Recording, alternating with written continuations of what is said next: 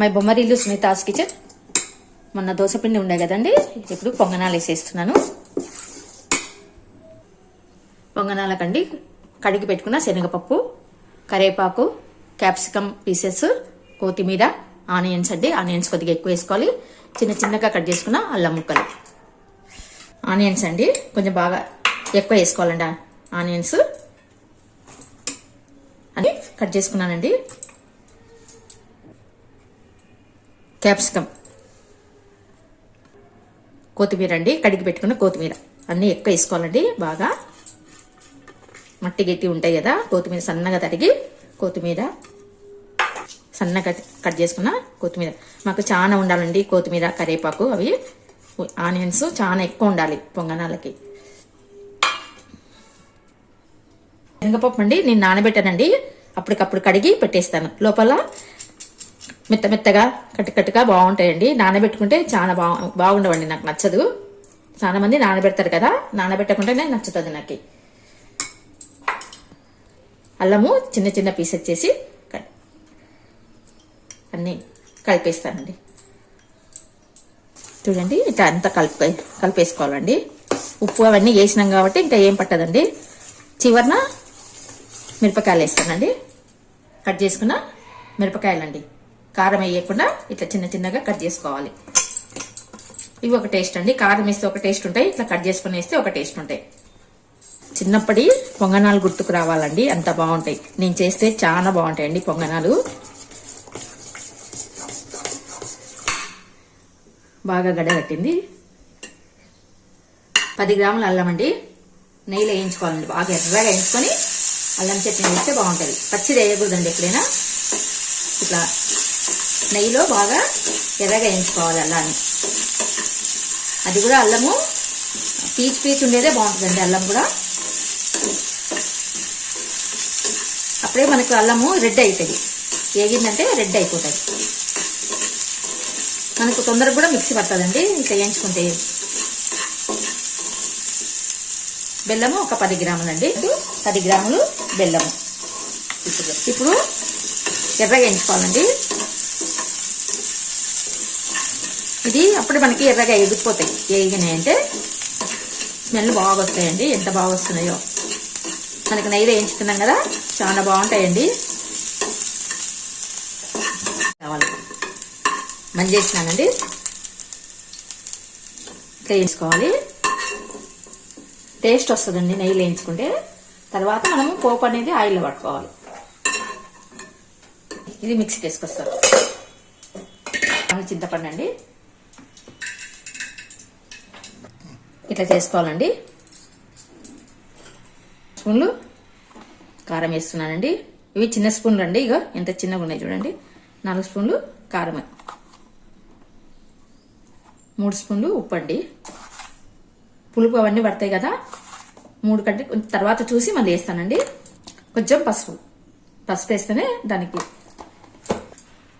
చింతపండు డైరెక్ట్గా వేసుకోవాలండి. బెల్లం వేసి తిప్పుకొని వస్తా. చూడండి చింతపండు నీళ్ళు వేసి తిప్పినానండి. ఇట్లా వేసుకోవాలండి, గంధంలాగా వేసుకోవాలండి. పోపు ఇలా కావాలండి, మంచిగా గంధంలాగా వేసుకోవాలి. ఉప్పు, కారం, నెయ్యిలో వేయించుకున్న అల్లాన్ని కచ్చపచ్చాగా మిక్సీకి వేసుకున్న తర్వాత ఉప్పు, కారం, పసుపు అది ఒకసారి తిప్పినాక మళ్ళీ చింతపండు వేసి తిప్పినాక మళ్ళీ బెల్లం వేసి తిప్పుకోవాలండి. పోపు వేసుకోవాలండి. జీలకర్ర, ఆవాలు, మినపప్పు మాత్రం చాలా ఉండాలి. నేను నెయ్యిలో వేయించుకున్నానండి అల్లం మాత్రము. కొత్తిమీర, కరివేపాకండి. కొంచెం కరివేపాకు, కొత్తిమీర కూడా ఇది కావాలి. ఇంకో వేయద్దండి, ఎందుకంటే అల్లం ఫ్లేవర్ పోతుంది. మనకు చట్నీ గట్టిగా అయినప్పుడు మనకి చింతపండు వాటర్ ఉంటుంది కదండి, అది వేసుకొని కూడా చేసుకుంటూ కలుపుకోవచ్చు. ఎందుకంటే కదా గట్టి పడుతూ ఉంటుంది అనమాట. అప్పుడు మనకి చింతపండు నీళ్ళు వేసుకొని లూజ్ చేసుకోవచ్చు. లేదు మాకు అట్లనే ఇష్టం అంటే కూడా అట్లే పెట్టుకోవచ్చు. లూజ్ కావాలన్నప్పుడు చింతపండు నీళ్ళు వేసుకొని మళ్ళీ మనం మగ్గియచ్చు. ఇట్లనే వేసేస్తానండి. అంత వేసేసి మగ్గిస్తానండి. కారం అవన్నీ ఉన్నాయి కదా, మగ్గియాలి. చింతపండు నీళ్ళు ఉన్నాయి కదా, అవి వేసుకుంటాను. కొద్దిగా నీళ్ళు గట్టిగా అనిపిస్తుంది, ఇప్పుడే వేసుకుంటేనే మేలు.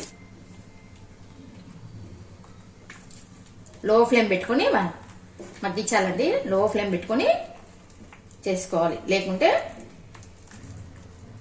అది చేంజ్ అవుతుంది, కలర్ అనేది చేంజ్ అవుతుందండి. చట్నీ లో ఫ్లేమ్లో చేసుకోవాలి.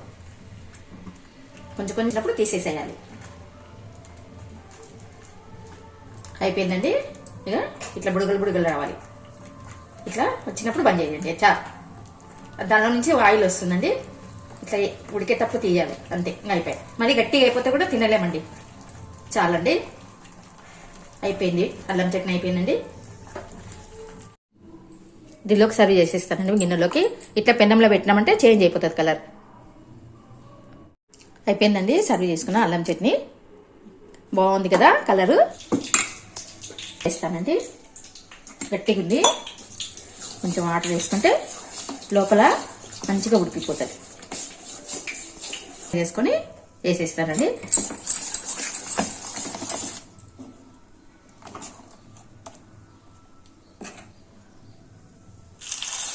చిన్న చిన్న వేసుకోవాలి ఫస్ట్.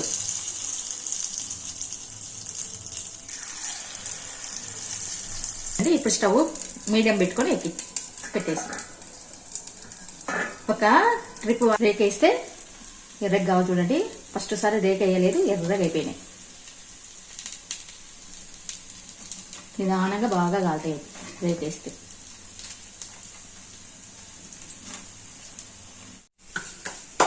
ఈ కలర్ రావాలండి. రేక వేసినందుకు బాగుంది.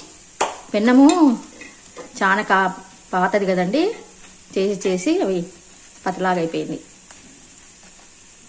కొంచెం మందం ప్లేట్ మనం కింద వేసుకున్నామంటే చూడండి అన్నీ ఈక్వల్గా అయినాయి.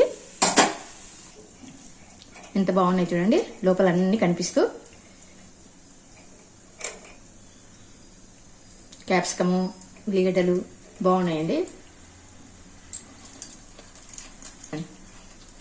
మీరు తిని చూడండి. అయిపోయినాయండి. మా వారికి చేసేస్తాను. అల్లం చట్నీ అండి, తీసుకెళ్ళండి. నాకు ఇలా చిన్న చిన్నవంటే ఇష్టం అండి.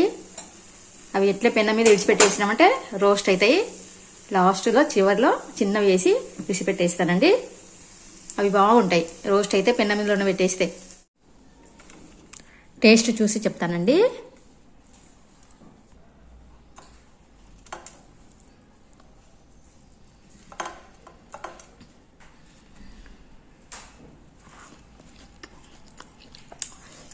సూపర్ ఉందండి. చట్నీ మాత్రం భలే కుదిరింది.